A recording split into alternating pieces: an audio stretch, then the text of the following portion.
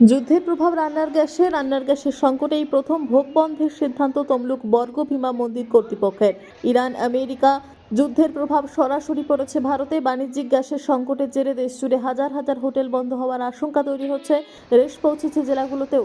তমলুক বর্গভীমা মন্দির সতীর 51 পীঠের এক পীঠ। প্রতিনিয়ত ভোগ হয় মায়ের এবং পুণ্যার্থীদের জন্য ভোগের ব্যবস্থা থাকে, কিন্তু যুদ্ধ পরিস্থিতিতে গ্যাসের সংকট। তাই মন্দির কর্তৃপক্ষ জানিয়ে দিলেন যে আগামী 21শে মার্চের পর থেকে সাধারণ ভক্তদের জন্য আর মিলবে না মায়ের ভোগ।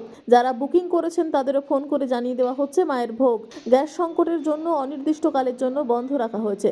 যদিও গ্যাস পাওয়া যায়, তারপর পুনরায় আবার ভক্তদের জন্য প্রসাদ ব্যবস্থা করবে মন্দির কর্তৃপক্ষ। যদিও ভক্তরা জানান যে আমরা অনেক আশা নিয়ে অনেক দূর দূরান্ত থেকে মায়ের ভোগ পাওয়ার আশায় আসি, যদি না ভোগ পাই নিরাশ হয়ে বাড়ি যাব। তাই দ্রুত রান্নার গ্যাস সমাধান করে আমাদের ভোগের ব্যবস্থা করুক। এটা খুবই খারাপ হবে। ভোগ বন্ধ মানেই তো কত লোক আসে এখানে প্রতিনিয়ত ভোগ খেতে। সত্যি তো ভোগের ইয়েতে খারাপ হবে। মায়ের ভোগের একটা ইয়ে আছে না, মাহাত্ম্য আছে। আমরা তো ওই জন্যই এলাম আরো, যেখানে এসে ভোগ পাবো। রীতি মেনে প্রতিদিনই ভোগ হয়, ভোগ হয় সেখানে গ্যাসের সমস্যার জন্য অনিশ্চয়তার মুখে মধ্যে আপনারা যে ভোগ পাবেন এটাও নেই। কি বলবেন? তখন তো বাইরেই খেতে হবে আবার। এইগুলো তো ঠিক না। মায়ের ভোগ একটা রোদে দিলে তো মায়ের ভোগ হয়, এ তো আমরা যেখানেই যাই মায়ের ভোগটা খাই। আদ্যাপীঠ, তারাপীঠ, সব জায়গায় তো আমরা মায়ের ভোগই খাই। বেলুড় মঠ, আমরা ওইসব দিকে কামারপুকুর, জয়রামবাটি, সব জায়গায় তো গ্যাসেতেই রান্না হচ্ছে এখন। আর বন্ধ হলে মানে তো সব জায়গার ভোগই বন্ধ হয়ে যাবে, তাই না?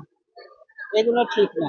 মা স্বপ্নাদেশ পেয়েছিল বলে তাই জন্য মা বললো চ যাই তাহলে মন্দিরেতে গিয়ে পুজোটা দিয়ে আসি। আমি এই মন্দিরের কথা কোনোদিনও এর আগে আমি শুনিনি, বলবো না মায়ের কথা, কিন্তু মায়ের মুখে শুনে তারপরে সব ব্লগারদের ব্লগগুলো দেখে না সত্যি মাকে দেখে এতটা জাগ্রত লাগলো যে তার জন্যই মন্দিরে আসা। প্রসাদ খাবো, এখনো অব্দি খাইনি, সবে সকালবেলায় এসেছি বলে দারুণ পুজোটা দিয়েছি। মন্দির কর্তৃপক্ষ বলছে যে গ্যাসের সমস্যার জন্য আগামী দিন 21শে তারিখ থেকে ভোগটা বন্ধ হয়ে যাবে। হ্যাঁ, কিন্তু সেটা সাধারণ মানুষদের জন্য খুবই ক্ষতিকর, খুবই ক্ষতিকর। সেটা সাধারণ কত দূর দূরান্ত থেকে সব মানুষ আছে তো এখানে ভোগ খাওয়ার জন্যই, কিন্তু মায়ের ভোগ বন্ধ হয়ে গেলে তো মানুষকে আবার না ভোগ খেয়েই ফিরে যেতে হবে। এটাই একটা কষ্ট। একজন ভক্ত হিসাবে সেটা কি বলবেন? সেটা বলবো যে এটা খুবই দুঃখজনক কথা, কারণ মায়ের ভোগ বন্ধ না করাটাই উচিত, মায়ের ভোগ চালু রাখাটাই দরকার। এটা আমি সমর্থন করি না। হোটেলগুলো বন্ধ হোক, হোটেলগুলো দরকার নেই, ওখানে অনেক ফালতু গ্যাস চলে যাচ্ছে যে জন্য। কিন্তু মায়ের মন্দিরের এগুলো যেন না বন্ধ হয়, মায়ের মন্দিরে হোক। এটা অনেক অনেক সাধারণ মানুষের অনেক সুবিধা হয়। অনেকে আমরা আসি মায়ের মন্দিরে খাই, তাই এটা যেন না বন্ধ হয়, হোটেলগুলোর জন্য বন্ধ হয়ে যাক, এটা আমি সমর্থন করি না। মায়ের মন্দিরের ভোগ বন্ধ করতে আমি সমর্থন করি না। মায়ের মন্দিরের আমাদের যে আগের ভোগশালা ছিল, আজ যে 2 বছর আগে পর্যন্ত আমাদের এখানে কাঠের জ্বালানিতে রান্না হতো।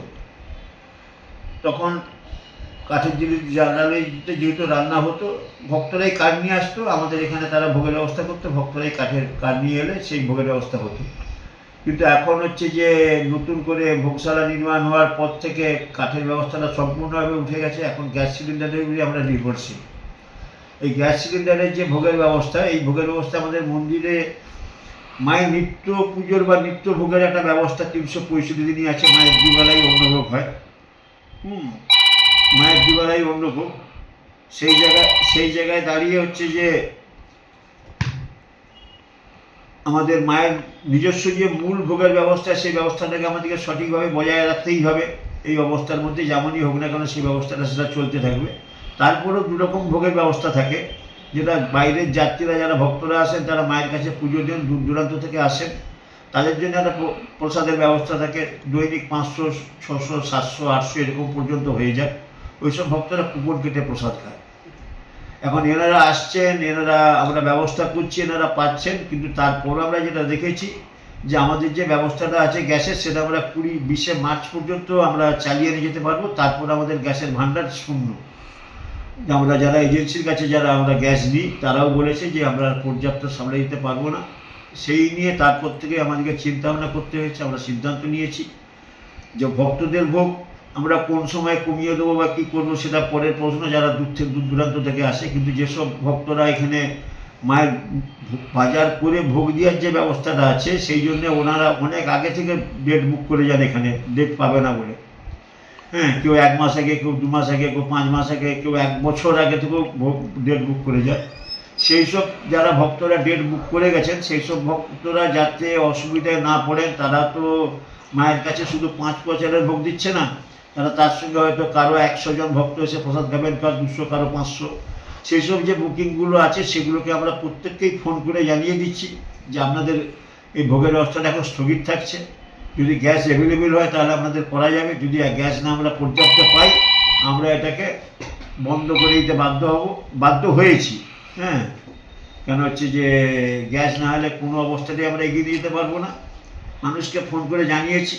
হ্যাঁ, সকলে একই অসুবিধার মধ্যে আছে বলে মানুষরাও স্বতঃস্ফূর্তভাবে ব্যাপারটাকে মেনে নিয়েছে। হ্যাঁ, যাতে ভক্তরা না অসুবিধা পড়ে। আমাদের ফেসবুকেও দেওয়া হয়েছে, আমরা মন্দিরে একটা নোটিশ টাঙিয়ে দেবো। আপনারাও আসছেন, আপনাদের মাধ্যমে আমরা সমস্ত ভক্তদেরকে জানিয়ে দিচ্ছি যে গ্যাস অ্যাভেলেবেল যতক্ষণ না হচ্ছে ততক্ষণ এই ব্যবস্থাটা চলতে থাকবে। এই যে প্রসাদ বন্ধ, এই ধরনের নজির আগে ঘটেছিল কি? না, দেখুন, আগে যেটা হয়েছে, এখন তো মন্দিরের যাত্রীর সংখ্যা প্রচুর বেড়েছে, ভোগের ব্যবস্থাও বেড়েছে, যাত্রীরা দৈনিক যে দুপুরে প্রসাদ খায় সে সংখ্যাও বেড়েছে। 2 বছর আগে পর্যন্ত যে ব্যবস্থাটা ছিল, সেই সময় আমাদের ব্যবস্থাটা কী ছিল, জ্বালানির ব্যবস্থা ছিল, কাঠের জ্বালানি। কাঠের জ্বালানির ব্যবস্থায় কী হতো, ভক্তরাই তারা তার কাঠের ব্যবস্থা নিয়ে আসতো, ভোগের ব্যবস্থাটা হতো।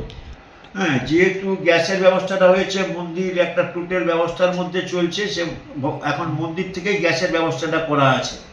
হ্যাঁ, যার জন্যে এই সমস্যাটা, গ্যাসের সমস্যাটা হওয়ার জন্যই আমাদেরকে প্রথম এইভাবে সমস্যায় পড়তে হলো।